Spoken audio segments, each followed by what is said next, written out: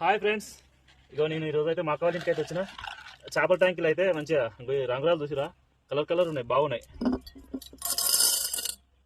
ఇగో ఎంత బాగున్నాయి రంగురాలు, అసలు సూపర్ ఉన్నాయి.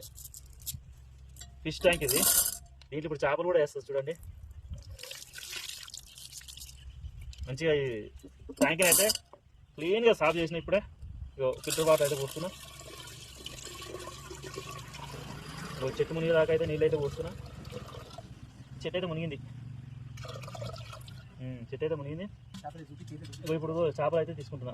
ఓహో, చూసిరా చేపలు, ఆహా.